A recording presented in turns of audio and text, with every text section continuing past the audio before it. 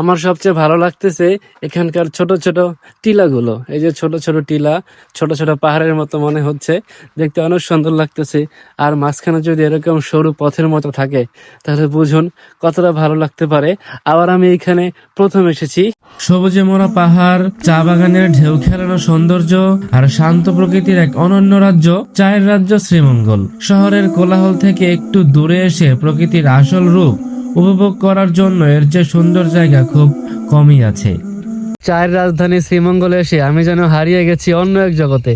একদিনের জন্য শ্রীমঙ্গল ঘুরতে গেলে কি কি দেখা যাবে, আনুমানিক কত টাকা খরচ হতে পারে, আর ভ্রমণটা কিভাবে আরো সহজ ও বাজেট ফ্রেন্ডলি করবেন, সব বিস্তারিত জানাবো আজকের ব্লগে। তাই আপনি যদি প্রকৃতি ভালোবাসেন, ভ্রমণ পছন্দ করেন, কিংবা একদিনের জন্য সুন্দর একটা ট্রিপ প্ল্যান করতে চান, তাহলে ভিডিওটা শেষ পর্যন্ত দেখতেই হবে। Welcome to Sreemangal.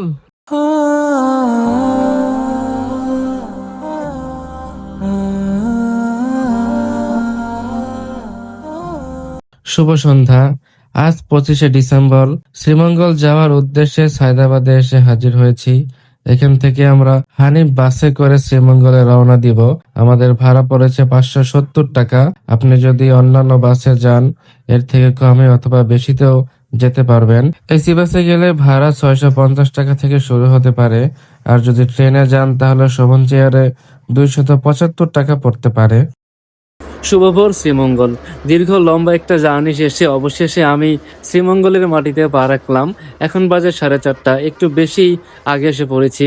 এখন একটু ফ্রেশ ট্রেশ হই। প্রায় 2 ঘন্টা পরে আবার আপনাদের সাথে দেখা হবে। বাস থেকে নেমে ভোরবেলায় এখানের যে কোনো একটা ছোট দোকান থেকে অল্প টাকায় সকালের নাস্তা সেরে নেবেন। যেহেতু আমরা মাত্র 2 জন এসেছি, তাই আমাদের পক্ষে চাঁদের গাড়ি রিজার্ভ করা সম্ভব হয়নি। আমরা সিএনজি নিয়েছি, আর সিএনজি ভাড়া পড়েছে 1700 টাকা। তো প্রথমে আমরা যাচ্ছি নূরজাহান টি স্টেটে। শ্রীমঙ্গল রেলওয়ে স্টেশন থেকে দামাদামি করে একটি সিএনজি অথবা চাঁদের গাড়ি ভাড়া করে নেবেন। তারপরে আপনার গন্তব্যস্থলে সেখান থেকে রওনা দিবেন। শ্রীমঙ্গল যেহেতু চোখের সৌন্দর্য, তাই যদি চাঁদের গাড়ি রিজার্ভ করতে পারেন তাহলে সবচেয়ে ভালো হয়। আপনি দুই পাশের সৌন্দর্য, দুই পাশের চা বাগান উপভোগ করতে করতে চলে যেতে পারবেন আপনার গন্তব্যস্থলে। আপনি আপনার গন্তব্যস্থল ছাড়াও দুই পাশে যে সুন্দর চা বাগান দেখবেন তাতেই মুগ্ধ হয়ে যাবেন। যেহেতু আমরা একদিনের জন্য ঘুরতে এসেছি, তাই আমরা খুব বেশি প্লেস ঘোরার চেষ্টা করব না। আমরা মন মতো 4-5টা প্লেস ঘুরবো, কারণ আমরা একটু রিল্যাক্সে ঘুরতে চাই। তো প্রথমেই আমরা যাব নূরজাহান টি স্টেটে। আমাদের এই শ্রীমঙ্গল ট্রিপে প্রথমেই আমরা ঘুরতে এসেছি নূরজাহান টি গার্ডেনে। দেখতে পাচ্ছেন চা পাতার সবুজতায় ভরে গেছে এই নূরজাহান টি গার্ডেন। আমার যতটুকু জানা আছে, টি গার্ডেন গুলোর ভিতরে এই নূরজাহান টি স্টেটেই সবচেয়ে বেশি সুন্দর। তাই প্রথমেই আমরা নূরজাহান টি স্টেটে এসেছি। নূরজাহান টি স্টেটে যখন আমরা প্রবেশ করব, মানে এখন যে সময় চলতেছে, এই সময়ে দেখতে পাচ্ছেন যে চায়ের মাথাগুলো কেটে ফেলা হয়েছে চা গাছের। কিন্তু আপনি যখন একটু ভিতরে প্রবেশ করবেন তখন সেই চিরাচরিত চায়ের যে রূপ সেটা দেখতে পাবেন। ওই যে ওইদিকে দেখা যাচ্ছে, দেখতে পাচ্ছেন আপনারা।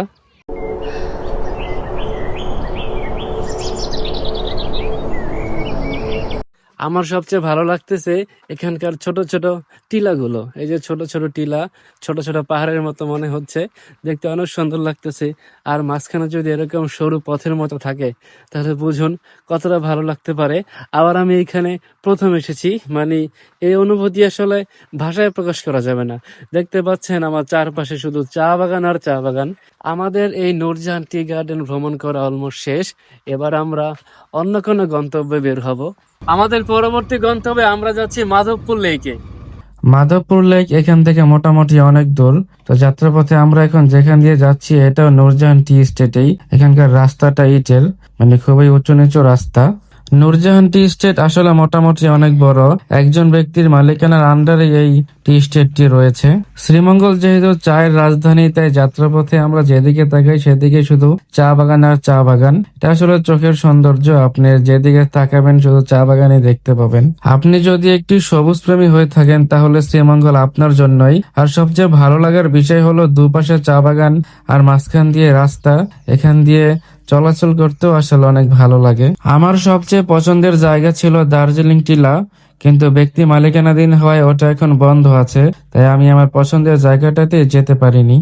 আমরা এখন মাধবপুর লেকে প্রবেশ করলাম। যেহেতু আমরা সিএনজি দিয়ে এসেছি তাই আমাদের লেগেছে 30 টাকা। এখানে চান্দের গাড়ি দিয়ে আসলে 50 থেকে 80 টাকা পর্যন্ত দেওয়া লাগে। আমরা মেইন গেট দিয়ে প্রবেশ করে পায়ে হেঁটে হেঁটে মাধবপুর লেকের দিকে আগাচ্ছি। আর দুই পাশের গাছগাছালি দেখে মনে হচ্ছে ছোট একটা বনের মতো। শ্রীমঙ্গলে যতগুলো জনপ্রিয় টুরিস্ট স্পট রয়েছে সেগুলোর ভিতরে মাধবপুর লেক হলো অন্যতম। তাই আমরা আমাদের দ্বিতীয় গন্তব্যস্থলে চলে এসেছি মাধবপুর লেকে। এটা প্রায় 3.5 কিলোমিটার জুড়ে বিস্তৃত। এখন আমরা সেটাকে এক্সপ্লোর করব। আমি মাধবপুর লেকের একদম কাছে চলে এসেছি। জানি না আপনাদের কাছে কেমন লাগতেছে, কিন্তু আমার কাছে অনেক ভালো লেগেছে। যেহেতু আমি সরাসরি চোখ দিয়ে দর্শন করেছি, ক্যামেরায় হয়তো ততটা ভালো লাগতেছে না যতটা সরাসরি গিয়ে অনুভব করা যায়। আর সবচেয়ে সুন্দর লাগতেছে কারণ লেকের চারপাশে লাল পদ্ম ফুল বা লাল শাপলা ফুটে আছে। আপনি হয়তো এই ফুলগুলো ছিঁড়ে আনতে পারবেন না, কিন্তু এগুলো দেখলে আপনার মনে একটা প্রশান্তির হাওয়া বয়ে যাবে। কমলগঞ্জ লেখা এই জায়গাটিতে আপনি মনের মতো ছবি তুলতে পারবেন। মাধবপুর লেকের এই ভিউটা দেখেন, এই পাশটা কত নিচু আর এই পাশটা দেখতে পাচ্ছেন যে কতটা উঁচু। এই অল্প একটু জায়গার ভিতরেই কতটা পার্থক্য। এই জন্যই আসলে মাধবপুর লেক সেরা। আমরা এখন মাধবপুর লেকের একদম কিনার দিয়ে ভিতরে প্রবেশ করতেছি। মানে কতটা সৌন্দর্য লাগতেছে তা ভাষায় প্রকাশ করা যাবে না। দেখতেই পাচ্ছেন আপনারা, এই পাশে কি সুন্দর, উপরে চা বাগান, টিলা, পাহাড়, ছোট পাহাড়, আর এই পাশে লেক। মাধবপুর লেকের অসাধারণ এই সৌন্দর্য এক্সপ্লোর করতেছি। এই যে এই পাশে মাধবপুর লেকটা দেখতে পাচ্ছেন, এর চারো কিনারায় লাল পদ্ম ফুটে আছে। যদিও এখন অনেক পদ্ম ফুটে তা আবার বন্ধ হয়ে গেছে। তো এই যে এই পাশে দেখতে পাচ্ছেন যে ছোট টিলা পাহাড়, আমরা নিচ থেকে উপরে উঠতে পারবো সেই পথও আছে।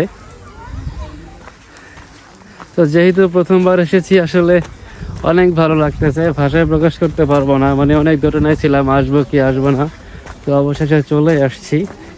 আর এখানকার যে ওয়েদার, যে একটা শীতল হাওয়া, এটা আপনাকে একদম শীতল করে তুলবে, মনটাকে অনেক ভালো করে দিবে। দেখতে পাচ্ছেন কি ভিউ।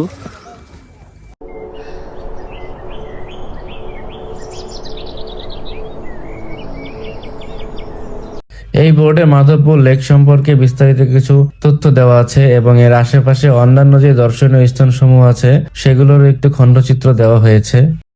মাধবপুর লেক দেখা শেষে আমরা এখন যাচ্ছি শমশেরনগর গলফ মাঠে।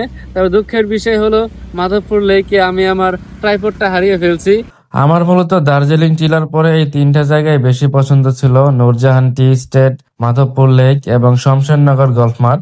এখন আমরা মাধবপুর লেক থেকে শমশেরনগর গলফ মাঠে রওনা দিয়েছি। এটা আসলে এখান থেকে এতটা দূরে আমি ভয় পেয়ে গিয়েছিলাম যে সিএনজি আমাদেরকে কোথায় নিয়ে যায়। অনেকক্ষণ সিএনজিতে চড়ার পর অবশেষে আমরা শমশেরনগর গলফ মাঠে এসে হাজির হয়েছি। শমশেরনগর গলফ মাঠে আসলে বা যে কোনো গলফ মাঠে আসলে মনে হবে যেন আপনি সুইজারল্যান্ড অথবা কাশ্মীরে আছেন। কিন্তু আমার ভাগ্যটা এমন, যখন যেই জিনিস সুন্দর থাকে আমি ওই সময় সেখানে যেতে পারি না। দেখতে পাচ্ছেন এই গলফ মাঠের এখন যে ঘাসগুলো আছে এগুলো অধিকাংশ সময় খুব সবুজ থাকে, আর যখন পুরো সবুজ থাকে তখন দেখতে অনেক সুন্দর লাগে, কারণ একটা গ্রিনারি গ্রিনারি ফিল পাওয়া যায়। আর এখন দেখতে পাচ্ছেন যে ঘাসগুলো মরে লাল হয়ে আছে, যার কারণে আসলে ততটা সুন্দর লাগতেছে না। আর আরেকটা বিষয় হলো আমরা এসেছি একদম দুপুরে। আসলে প্লেস ডিস্টেন্সের কারণে আমরা বিকেলে আসতে পারিনি, আমরা দুপুরে আসছি। বিকেলে আসতে পারলে আরো অনেক ভালো লাগে। দেখতে পাচ্ছেন ভিউ। এইখানে বহু পুরনো, হয়তোবা 100 বছর পুরনো একটা বট গাছ রয়েছে। তো ঢোকার সময় কয়েকটা বাচ্চা আমাকে বলে দিয়েছে যে এই বট গাছের আশেপাশে যেন না যাই, কিন্তু এসে দেখি সবাই ওইখানেই আছে। আসলে এই বট গাছটা অনেক দেখতে সুন্দর, আর যেই রোদ, মানুষ ওইটার নিচেই ছায়ার জন্য আশ্রয় নিয়েছে। জাস্ট একটু এই ভিউটা দেখেন, কি চমৎকার ভিউ। সামনে চা বাগানও আছে, আর যদি আমি সিজনে আসতাম তাহলে বুঝেন যে কতটা সুন্দর লাগতো। আমাদের শমশেরনগর গলফ মাঠ দেখা শেষ। যেহেতু আজকে শুক্রবার, এখন আমরা জুমার নামাজ পড়বো এবং তারপরে আমরা আমাদের পরবর্তী গন্তব্যে যাব ইনশাল্লাহ। এরপরে আমরা ক্যামেলিয়া চা বাগানে গিয়েছিলাম, কিন্তু শ্রীমঙ্গলে যেহেতু চা বাগান আর চা বাগান, তাই অত ভালো মতো দেখিনি আর ওরকম ভিডিও করিনি।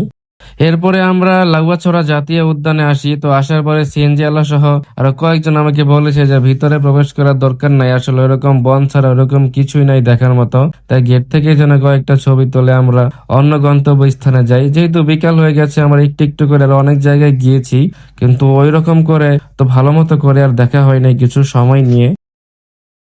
লাগুয়াছড়া জাতীয় উদ্যানে আসলে তেমন কিছুই নেই, তাই আমরা ভিতরে টিকিট কেটে আর প্রবেশ করিনি। বাইরে থেকে দু একটা ছবি তুলে তারপরে চলে গেলাম এখান থেকে।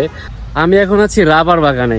দেখতে পাচ্ছেন যে রাবারের গাছগুলো, আর এই যে এইদিকে দেখতে পাচ্ছেন গাছে রাখা যে পাত্রগুলো দেখতে পাচ্ছেন, এগুলোর ভিতরে আসলে রাবার সংগ্রহ করা হয়। তো এখানে যতগুলো গাছ আছে সবগুলোতে এরকম পাত্র রয়েছে। আমরা নর্মালি খেজুর গাছ যেরকম কাটা দেখি যেভাবে রস সংগ্রহ করা হয়, এটাও কাইন্ড অফ সেই রকমই। এরপরে তো আরো অনেক প্রসেসিং আছে, সবগুলো করেই তারপরে ফাইনালি একটা সুন্দর রাবার তৈরি হয়। এই যে রাবার বাগানগুলো অনেক সুন্দর লাগছে। তারপরে আমরা লাল পাহাড়ে যেতে চেয়েছিলাম, যেখান থেকে পায়ে হাঁটা শুরু হয়, সেখানেও গিয়েছিলাম, কিন্তু গাইড নেওয়া লাগবে তাই আমরা আর যাইনি, কারণ সময় বেশি ছিল না। এরপরে আমরা মণিপুরি পাড়ায় গিয়ে সেখানকার এই দোকানগুলো এক্সপ্লোর করেছি। আপনি যদি লাগুয়াছড়া জাতীয় উদ্যানে প্রবেশ করেন, তার ভিতরে খাসিয়া পল্লী আছে, আপনি সেখানে গিয়ে তাদের জীবনযাপন দেখতে পারেন।